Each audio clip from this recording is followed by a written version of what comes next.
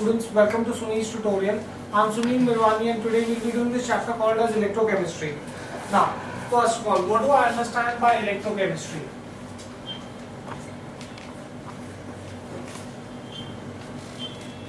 What is electrochemistry? Now, electrochemistry is a branch of physical chemistry which deals with the study of interrelationship between electricity and chemical changes. When I learn how to convert chemical reactions from chemical reactions to get electrical energy, or from electrical energy to get chemical reactions, that relationship is studied in electrochemistry. So it deals with the determination of conductivity of aqueous solution, how much an aqueous solution would conduct electricity at different concentration. It tells you how to convert chemical energy into electrical energy and vice versa. Fine. So what is electrochemistry? It is a branch of physical chemistry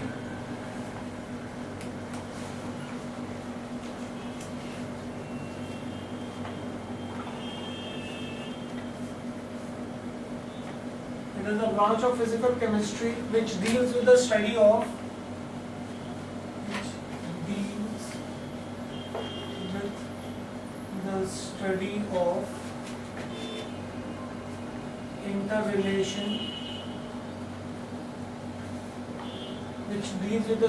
interrelation between electricity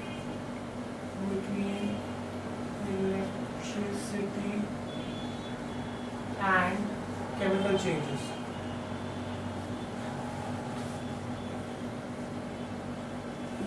That is what is electrochemistry. Fine. I could also say that it deals with the determination of conductivity of aqueous solution of electrolytes at different concentration. It deals with the determination of conductivity of aqueous solution of electrolyte at different concentration.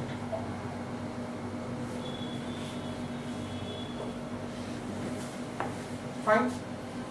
Thus, if it is going to deal with the determination of conductivity of aqueous solution, it will tell you information about the extent to which ionization of water has taken place and the manner in which ions move in water.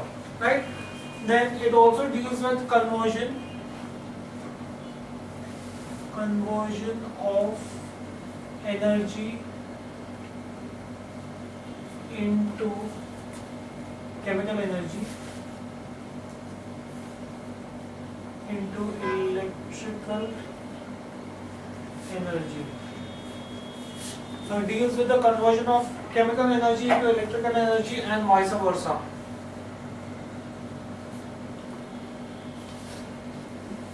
Right? So that is what is electrochemistry. Next, what do I understand by a redox reaction?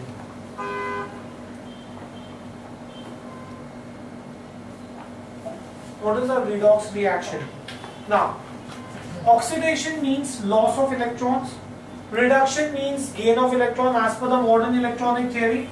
Whenever you lose electron, that is oxidation. Whenever you gain electron, that is oxidation is loss of electron, and gaining electron is reduction. Now, if a particular species of atom is going to lose electron, someone will have to gain that electron. That means if I had a reaction between, say, sodium and chlorine. Suppose if I had a reaction with sodium and chlorine. Sodium has 1 electron in its outermost orbit. Chlorine has 7 electrons in its outermost orbit. If sodium is going to lose 1 electron, chlorine is going to gain 1 electron. That means sodium is going to get oxidized and chlorine is going to get reduced. So when a particular species of atom gets oxidized, the other species has to get reduced. That means both the reactions are going to take place simultaneously. If oxidation of one species takes place, reduction of the other species will take place. This reaction in which oxidation and reduction take place simultaneously is called as redox reaction. A reaction in which reduction and oxidation take place simultaneously is called as a redox reaction. Fine, do you understand what is the redox reaction? Right, let's write this down. Oxidation involves loss of electrons and reduction involves gain of electron. Now, that means what we understand is that no oxidation can take place without simultaneous reduction. No oxidation can take place without simultaneous reduction. It's oxidation and reduction both have to take place simultaneously. So a reaction in which oxidation and reduction take place simultaneously is called as a redox reaction. Reactions in which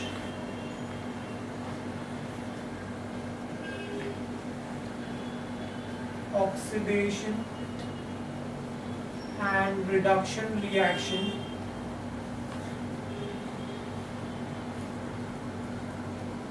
take place simultaneously are called redox reaction. Right? Some authors even call this as oxidation reduction reaction. So each redox reaction is going to be nothing but sum of oxidation half and reduction half. One part is going to get oxidized, the other part is going to get reduced. I can say that each redox reaction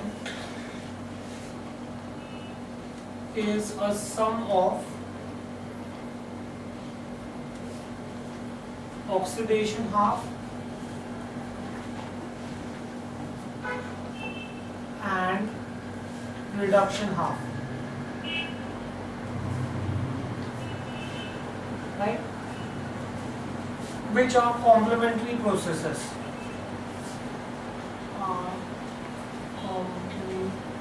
Complementary processes. So you will have oxidation as well as reduction taking place. So what are redox reactions? Redox reactions are nothing but they are electron transfer reactions.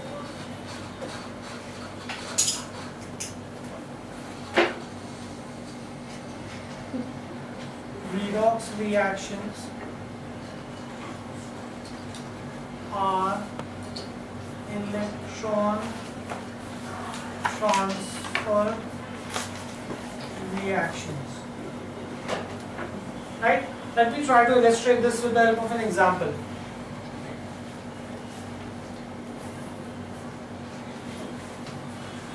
Now, when sodium reacts with chlorine, sodium loses an electron to form sodium ion, and chlorine gains the electron to form chloride ion. When sodium reacts with chlorine,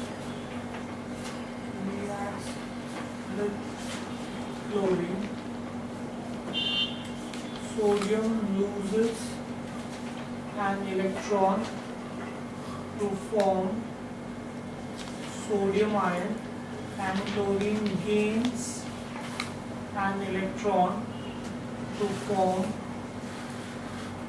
chloride ion. Right? Now, the resulting molecule is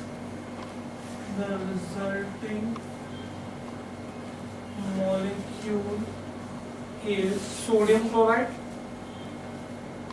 Na plus Cl minus. Right? Now, in this process, each atom completes its set of 8 electrons in the valency shell. In this reaction, or in this process, each atom completes its set of 8 electrons in the valency shell.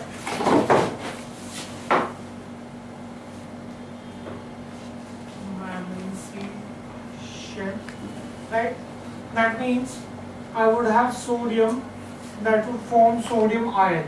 Say 2 sodium atoms would form 2 sodium ions and 2 electrons would be given out. Now, loss of electron is oxidation, so this is going to be my oxidation half. Similarly, chlorine gas would accept the 2 electrons to form chloride ion. This is my reduction half. Right? So my net reaction will be the addition of these two. Net reaction will be 2Na plus Cl2 will give you 2 Na ions plus chloride ions. The 2 electrons get cancelled, so that's how your sodium chloride is formed. So thus you will see that there's an oxidation half and reduction half. One more important thing that you need to understand about redox reaction is that the total number of electrons lost will always be equal to the total number of electrons gained. In redox reaction,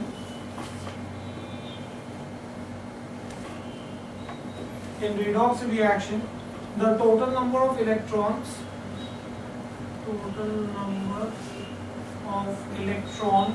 lost in the oxidation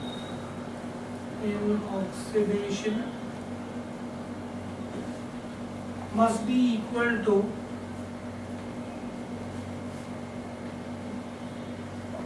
total number of electrons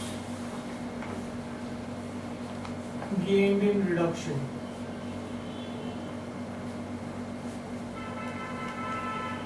Right? So do you understand what is the redox reaction? Next, let's try to see conductivity in an electrolytic solution. Let's try to see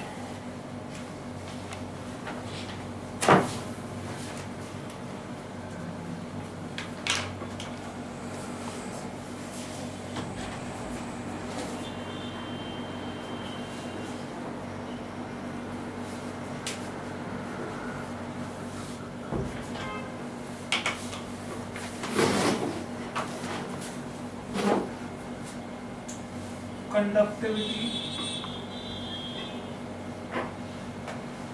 in electrolytic solution.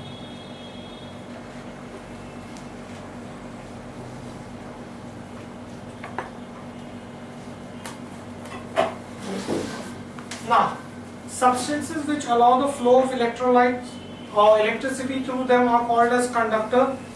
The flow of electricity involves nothing but the flow of electrons. If I am saying that a substance is a conductor, that means what is the substance doing? It is allowing electrons to flow through them. So on the basis of mechanism of transfer of electrons, conductors can be classified as electronic conductors and electrolytic conductors. Let's do this once again. Substances that allow the flow of electricity are called as conductors. Now, flow of electricity is nothing but the flow of electrons.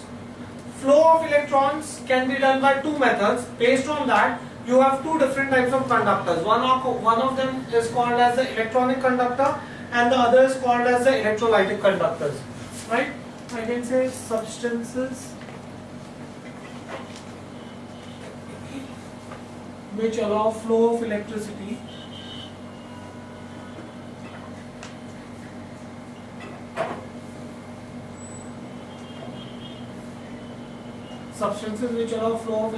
through them are called conductors. Right? Now, flow of electricity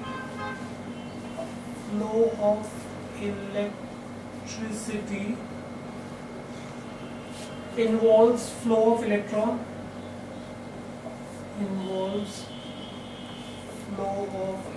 If I am saying there is electricity flow, that means there is flow of electron on the basis of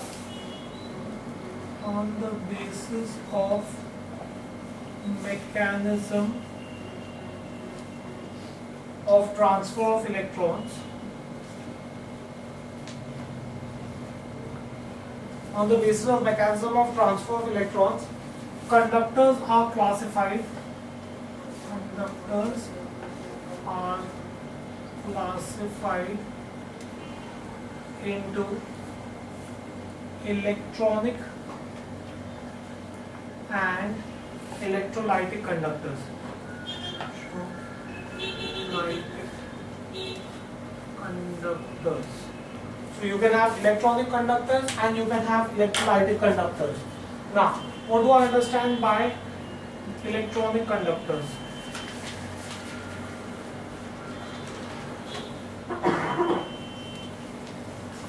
What are electronic conductors? Conductors which allow the conduction of electricity to take place by direct flow of electrons are called as electronic conductors. Your wire is an electronic conductor because there is actual flow of electrons from one place to another. So, conductors that allow the flow of electricity to take place as direct flow of electrons under the influence of potential are called as electronic conductors. Conductors in which conduction takes place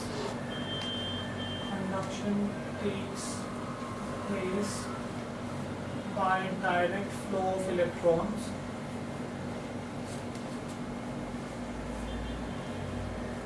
under the influence of applied potential. Under the influence of applied potential are called electronic conductors. Next, once you have electronic conductors, the next are electrolytic conductors. Electrolytic conductors. What do we understand by electrolytic conductors? Conductors in which conduction takes place by migration of positive and negative ions are called as electrolytic conductors. In electronic conductors, it is the electrons that move. In electrolytic conductor, it is the ions that move.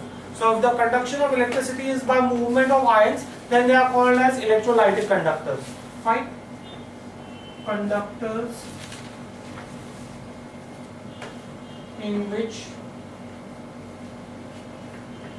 the conduction takes place by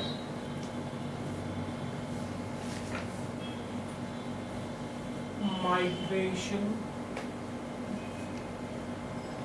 of positive and negative ions are called electrolytic conductors. Right? So do we understand the difference between electronic conductors and electrolytic conductors? In electronic conductors, the conduction would take place by actual flow of electrons, whereas in electrolytic conductors, it would take place due to the migration of positive and negative charge. Right? If I am using an electronic conductor, the conduction process would not involve any chemical change, just the electrons that's flowing, so there would be no chemical change. Whereas in an electrolytic conductor, there is migration of ions. That means there is definitely going to be some chemical change that will occur in the process, because unless and until there is a chemical change, the ions would not migrate. Fine. The resistivity of an electronic conductor increases and conductivity decreases with the rise in temperature. Right? If the temperature increases, there will be more collisions and the resistance would be increased. Whereas in an electrolytic conductor, the resistivity decreases with the rise in temperature. Right? The resistivity decreases and the conductivity increases with the rise in temperature. So there is a lot of difference between an electronic conductor and an electrolytic conductor. Fine, do we get this in clear? Next, what do we understand by electrolytes?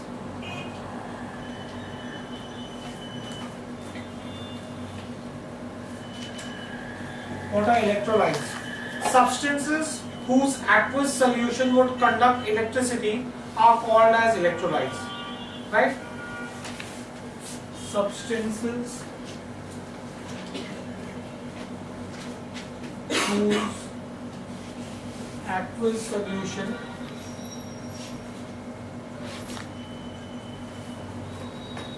conducts electricity are called electrolytes. Next, what are non-electrolytes? What are non-electrolytes? Substances whose aqueous solution does not conduct electricity are called as non-electrolyte. Substances whose aqueous solution does not conduct electricity are called non-electrolytes. Right? Now, the conductivity of a solution the conductivity of solution of electrolyte is higher than that of water and is lower than that of non-electrolyte. Right? Now, depending upon the extent of dissociation, you could have electrolytes further classified. Electrolytes that dissociate completely would be called as strong electrolytes. Electrolytes that do not dissociate completely would be called as weak electrolytes. Dissociate completely, that is, if I put 10 molecules of sodium chloride in water and all 10 of them dissociate, then there would be 10 sodium ions and 10 chloride ions.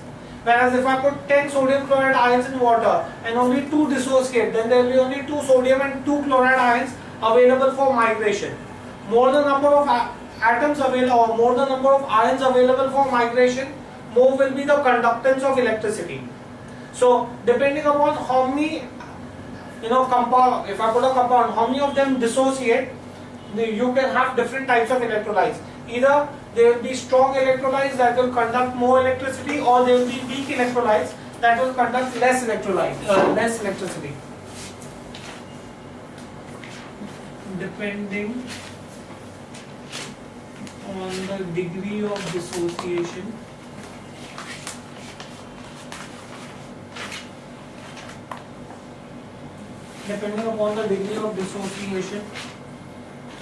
electrolytes are classified.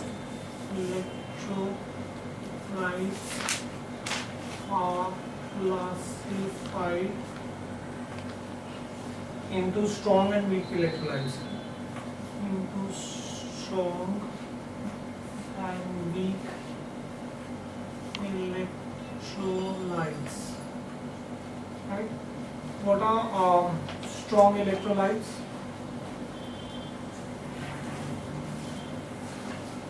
That have a high degree of dissociation. Strong electrolytes, substances that are almost completely ionized in aqueous solution. Substances that are almost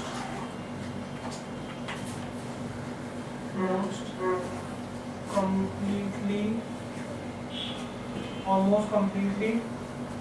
ionized in aqueous solution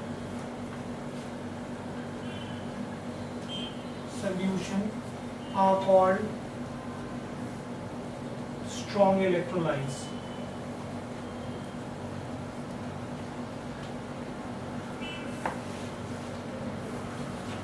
Next, weak electrolytes.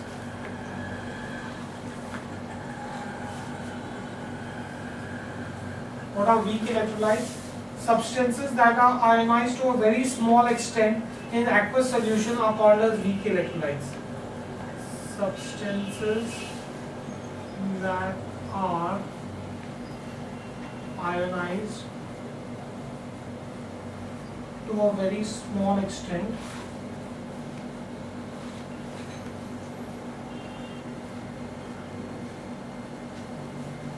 in aqueous solution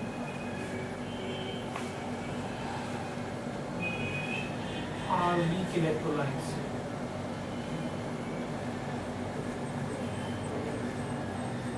Right? So those are your strong electrolytes and weak electrolytes. Next, what do I understand by conductivity? For that, first I need to understand what is Ohm's law.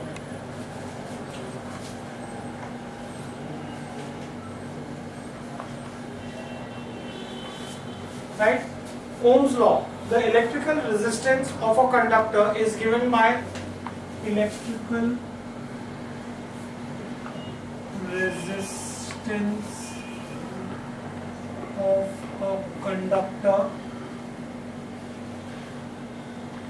is given by R is equal to V by I. That's what is my Ohm's law, that R is equal to V by I, where V is the potential in volts, I is the current in amperes, and R is the resistance in ohms. Ohm's law tells you how much is the opposition to the free movement of current, and this opposition to the free movement of current is called as resistance. If this is resistance, then what is electrical conductance? Electrical conductance. It is nothing but the reciprocal of resistance. Right? It is the reciprocal of resistance.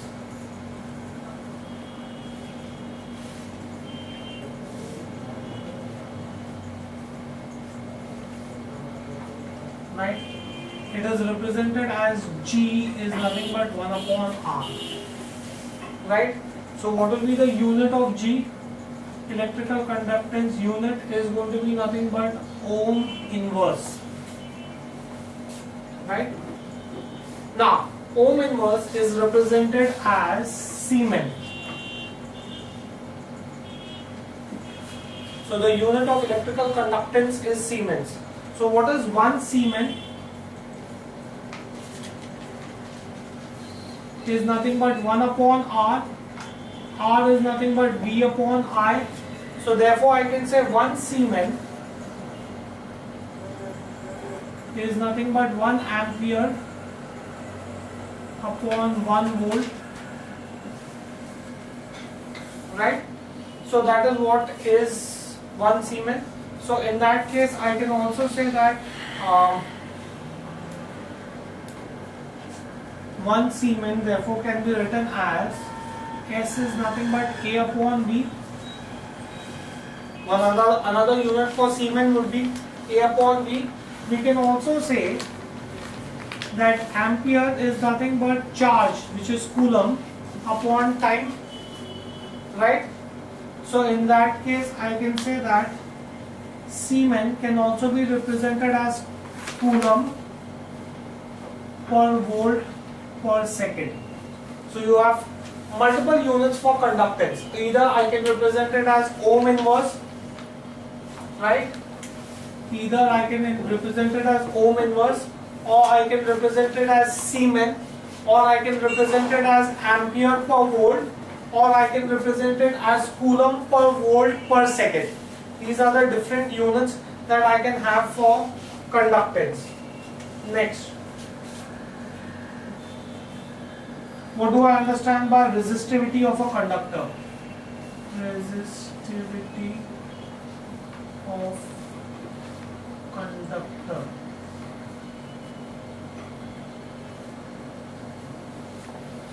Now, we know experimentally that resistance is directly proportional to the length of the conductor.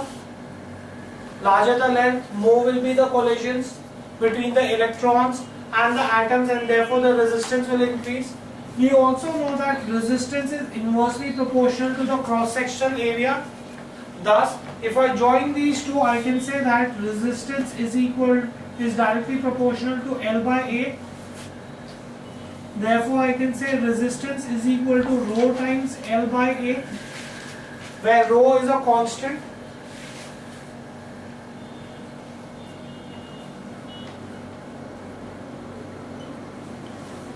right? In which case I can therefore say that rho is known as the resistivity of a conductor. Rho is resistivity of conductor. Rho is called as the resistivity of conductor, right? Next, in that case, if length is equal to 1 meter and cross-sectional area is 1 meter square, then resistance is equal to the conductivity, electrical conductivity, right? So resistivity of a conductor is the resistance of the conductor when conductor that is 1 meter long and has a cross-sectional area of 1 meter square. How would I define this? I can therefore say that resistivity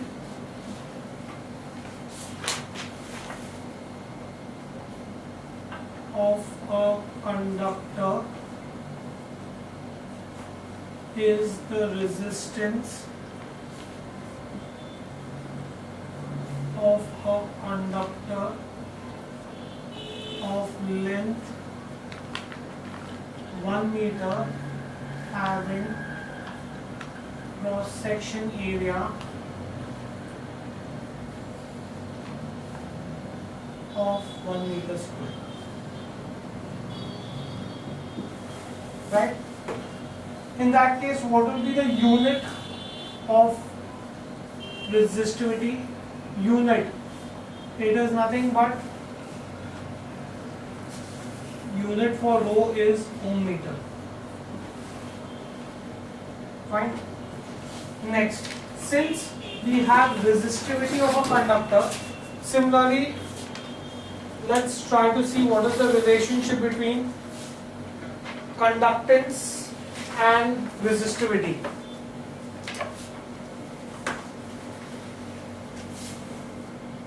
I can say that electrical conductance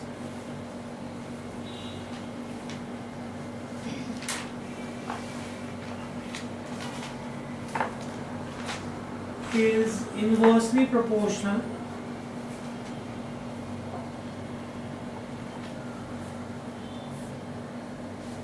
to resistance.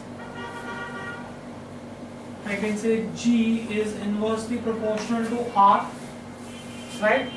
Or I could say that G is equal to 1 upon R.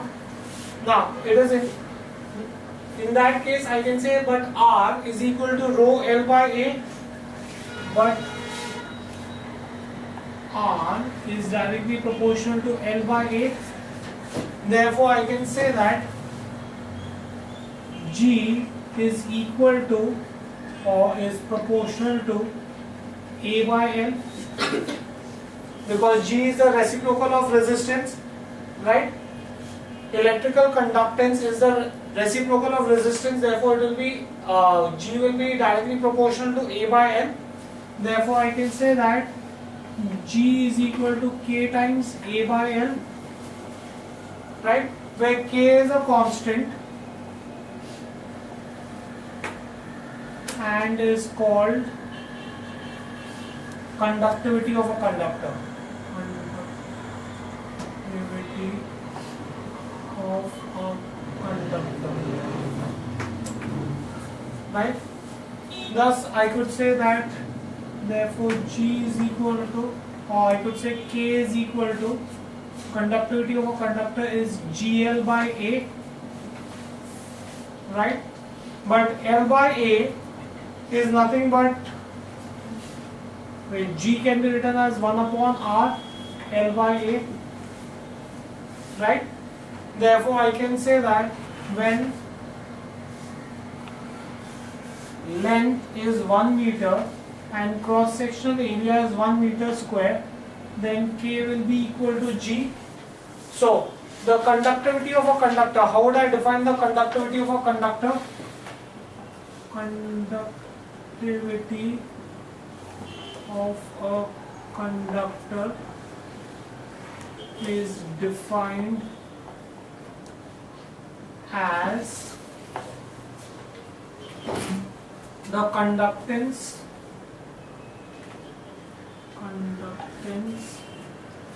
of unit cube of material, unit cube of material. Right? Now, what will be the units for conductivity? Units. I can say that K is equal to G L by A. Now G is nothing but Siemens, length is meter, area is meter square. Therefore I can say that the units of K is going to be Siemens per meter, right? So that will be the SI units for K. Conductivity of a conductor will be nothing but Siemens per meter. I can also say that conductivity, now if this is Siemens per meter, then I can say conductivity is equal to reciprocal of resistivity. Conductivity is reciprocal of resistivity, right? So that will be the relationship between conductivity and resistivity. Fine, do we get this in here?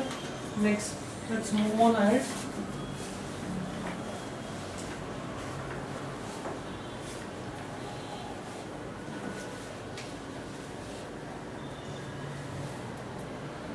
What do I understand by molar conductivity of an electrolyte?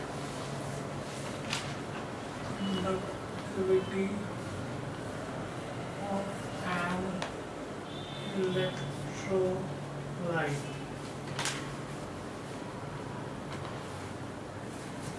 Now, molar conductivity of an electrolyte.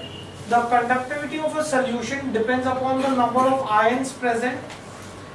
A solution of higher concentration will show higher conductivity because there will be more ions present, right?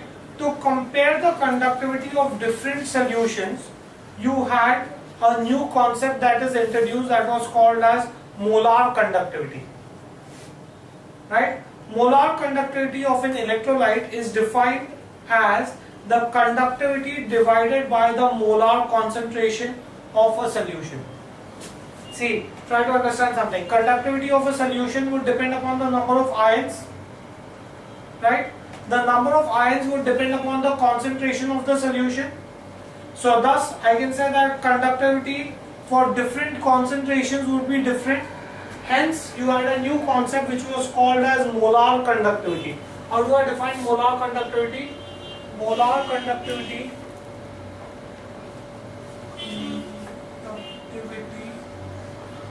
of an electrolyte. Molar conductivity of an electrolyte. Thick electrolyte is the electrolytic conductivity.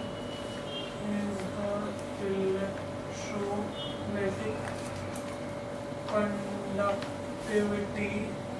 In order to make the concentration same, what I should do is divide by the concentration, because different solutions have different concentration. I want to compare the conductivity of two solutions that have different concentration. How do I compare them? By dividing the conductivity by concentration. So it is the electrolytic conductivity divided by molar concentration. Divided by molar concentration of the dissolved electrolyte.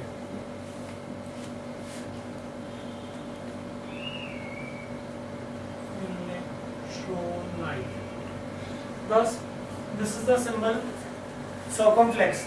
This is the symbol for molar conductivity. Molar conductivity is nothing but the electrolytic conductivity divided by concentration. Right? What will be the units of molar conductivity? Molar conductivity. Now, electrolytic conductivity is Siemens per meter.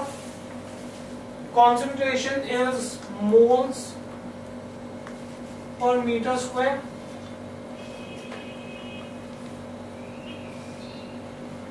Moles per meter cube volume. Right? So in that case I can therefore say that the units for this should be Siemens per mole meter square. So Siemens meter square per mole. Siemens meter square per mole. That will be the units of molar conductivity. Fine. Now, the more commonly used unit for this is ohm inverse centimeter square. Common unit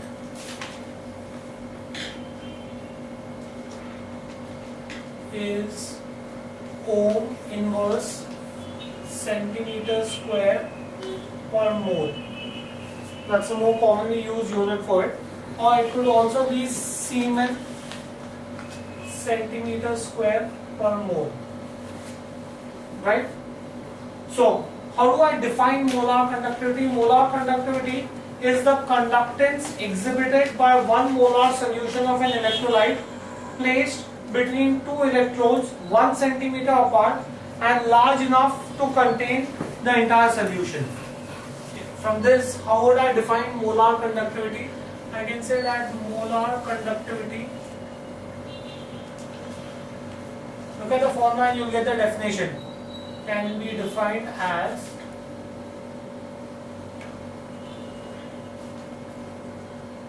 how do I define this? It can be defined as the conductance K, conductance exhibited by 1 molar solution. So that's your conductance per C, 1 molar solution placed between 2 electrodes 1 centimeter apart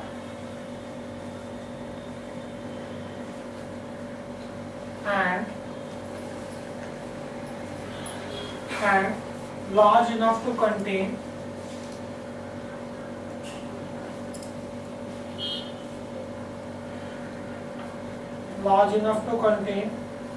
between them all the solution.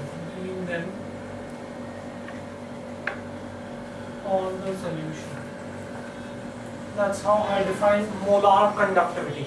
That's my definition of molar conductivity. Right? So if let's assume that C is the concentration of solution in moles per decimeter cube. If C is concentration of solution in moles per decimeter cube. Concentration is always in moles per decimeter cube. That means what is this? This is nothing but C upon 1000 moles per centimeter cube. Right? Then the volume of the solution containing 1 mole of solute will be 1000 centimeter cube.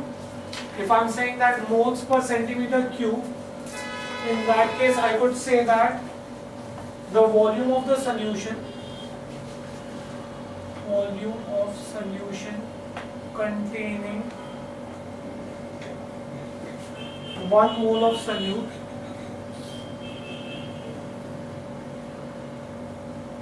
will be 1000 centimeter cube. That's the meaning of concentration in moles per centimeter cube.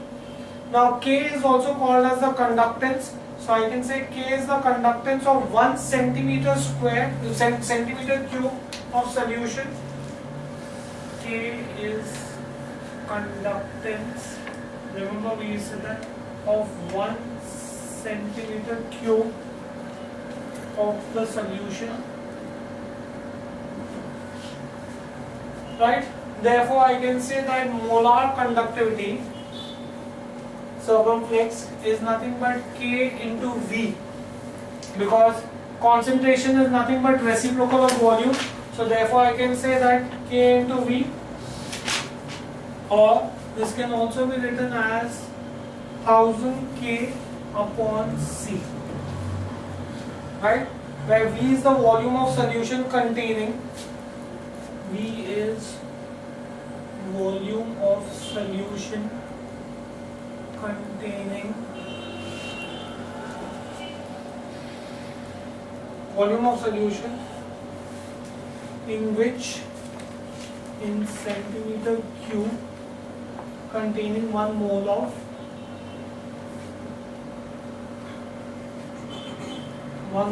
solute of dissolved substance or solute. Right? So do we understand what is molar conductivity? Molar conductivity is nothing but the electrical conductivity, electrolytic conductivity divided by molar concentration. Simple as that.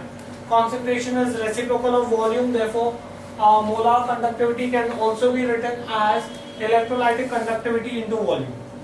Right? Now what are the factors that bring about a variation in the conductivity?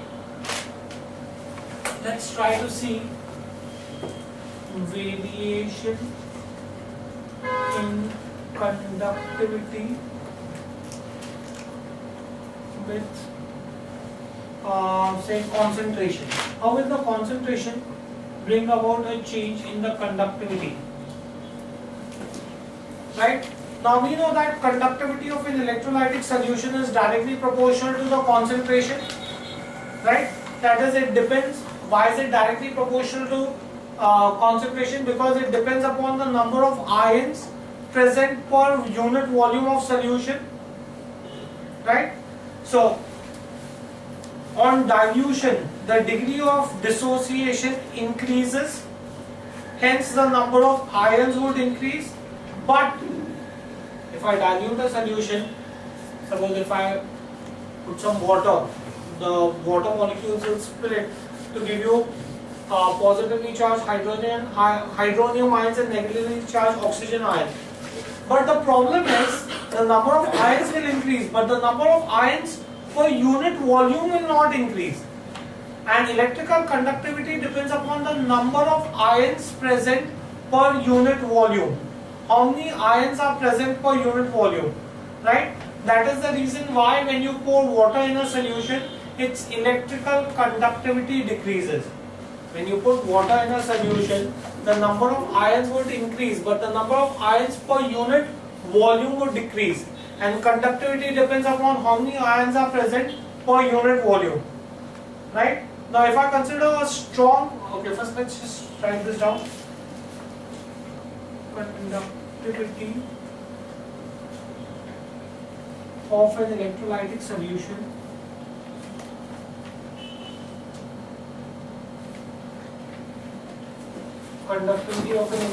solution is directly proportional to concentration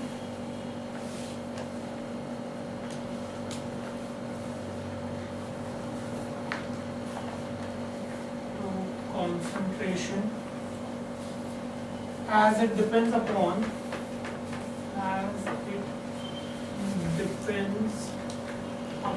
the number of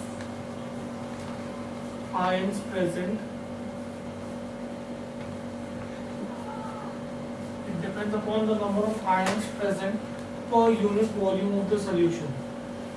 Per unit volume of solution. Right?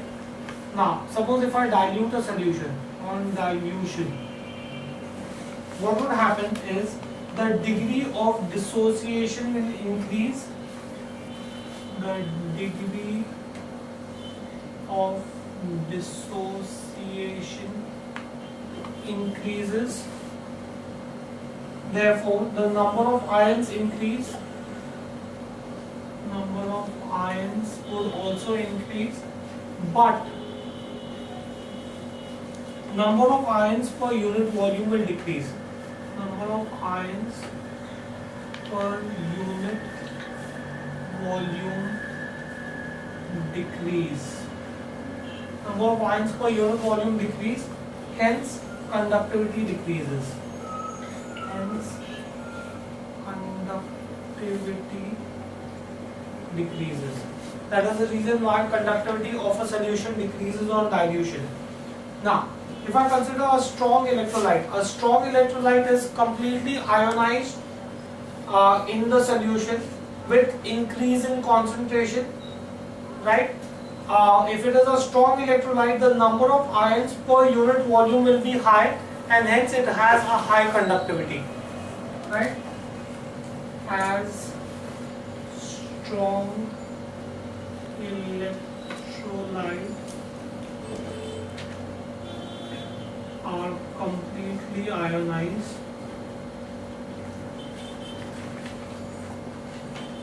as strong electrolytes are completely ionized in the solution with increase in concentration. If I increase the concentration, that means if I evaporate water from there, the number of ions per unit volume of the solution will increase. Number of ions per volume of solution increases, hence conductivity increases. Conductivity increases, right? Now, suppose if I want to consider a weak electrolyte. In a strong electrolyte, with the increase in concentration, the conductivity will increase. What about in weak electrolytes? Let's consider weak electrolytes.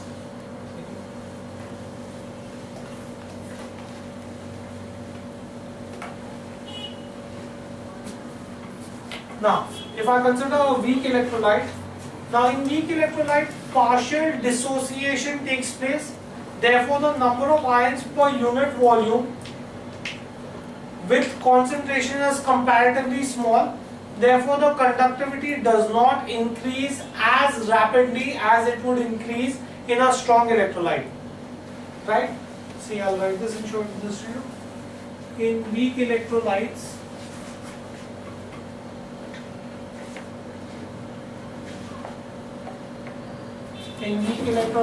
due to partial dissociation,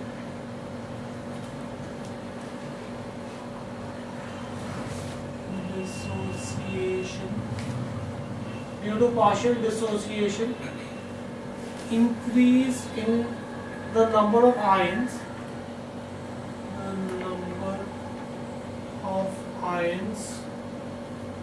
per unit volume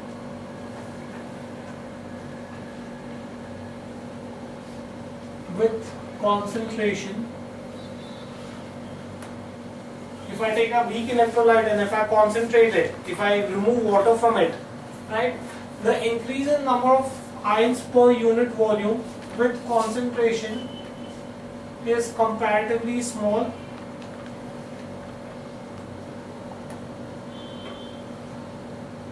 In the case of strong electrolyte, if I evaporated water, there would be more ions per unit volume. Whereas in a weak electrolyte, if I evaporate water and if I make it more concentrated, the number of ions per unit volume would not increase to that great an extent, right? Therefore, conductivity does not increase rapidly. Therefore, conductivity does not increase rapidly as in strong electrolyte.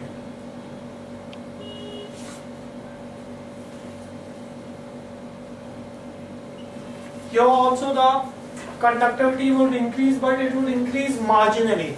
Whereas in a strong electrolyte, if I concentrate the solution, there will be a very large increase in conductivity. In a weak electrolyte, if I concentrate the solution, there will be only a small increase in the conductivity. Next, let's try to see variation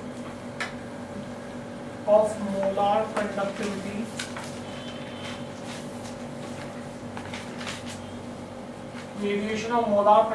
with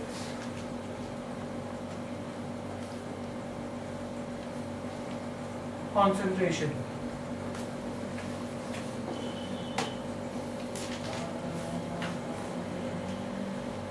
We just saw variation of conductivity with concentration. Now let us try to understand variation of molar conductivity. Now, before I start with this, you should remember what is molar conductivity. It is nothing but the conductivity divided by molar concentration. So, molar conductivity is the conductance of the ions produced in 1 mole of an electrolyte. If I am saying divided by molar concentration, that means it is the conductivity produced by 1 mole of an electrolyte. Now, 1 mole of an electrolyte on dilution of total number of ions due to the increase in the degree of dissociation. Or, see, what is molar conductivity? Molar conductivity is the conductance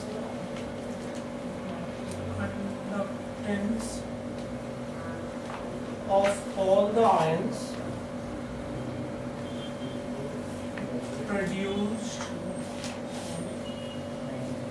by 1 mole of electrolyte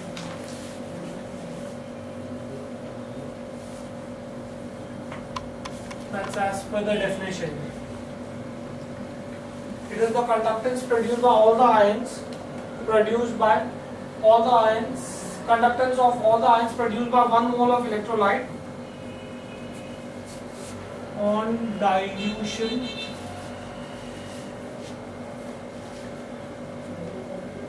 the total number of ions. If I dilute a solution, the total number of ions increases due to the increase in degree of dissociation. This we saw previously also, degree of dissociation.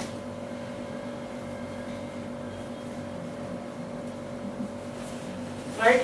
Hence, what would happen to the molar conductivity? Molar conductivity of both strong and weak electrolyte would increase with concentration.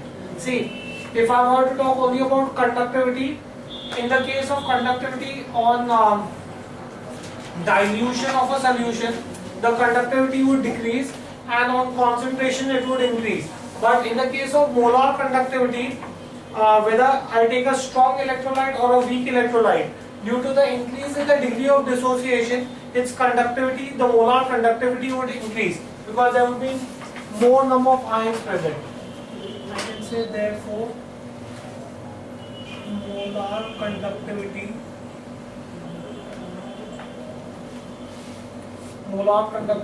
of both strong and weak electrolyte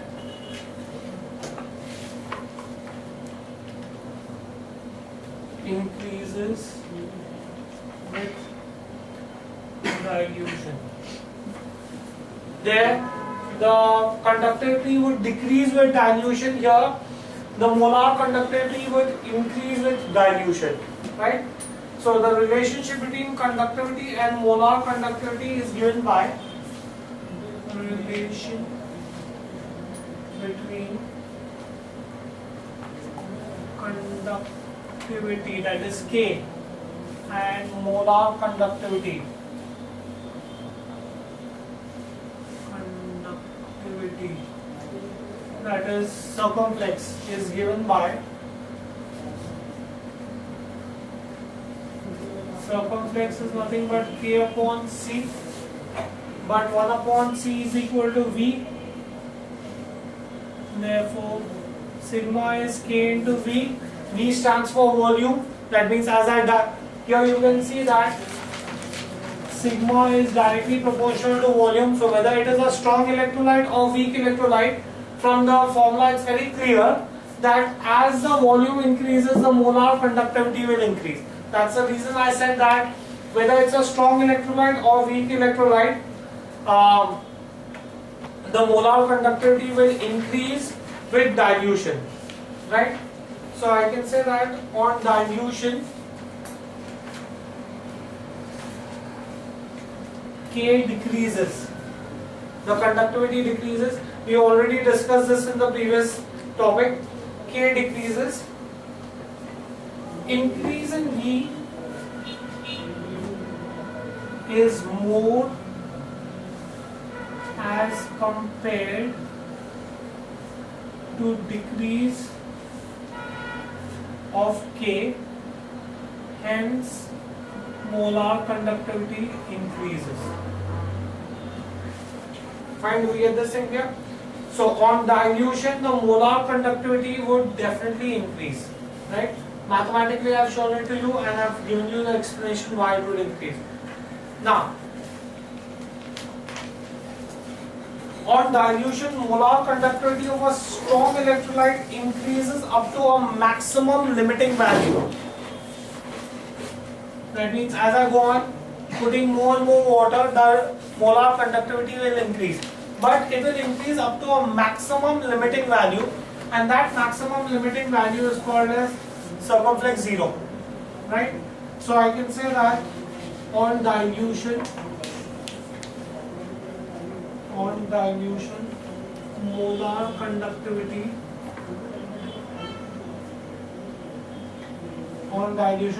conductivity of strong electrolyte increases up to a maximum limiting value.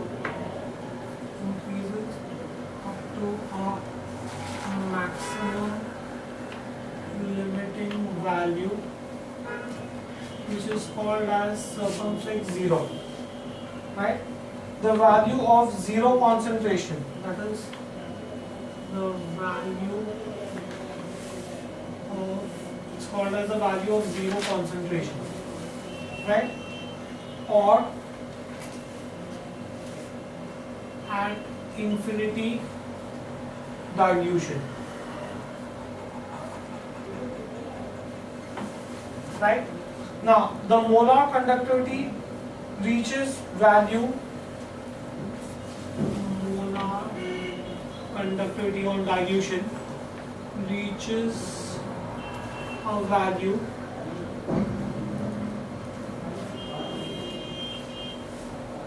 zero concentration in just 0.001 or 0.0001 molar solution. Only if the concentration of the solution is 0.001 or 0.0001 will you get this maximum limiting value, right? Now, what about weak electrolytes? For weak electrolytes,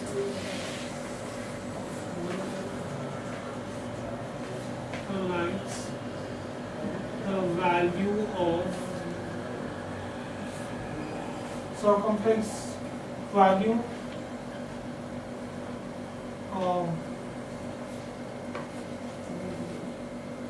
the value of concentration, value at these concentration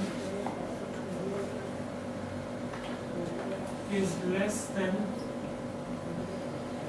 circumflex 0, right? Okay, now we'll stop this here for the day. Thank you very much.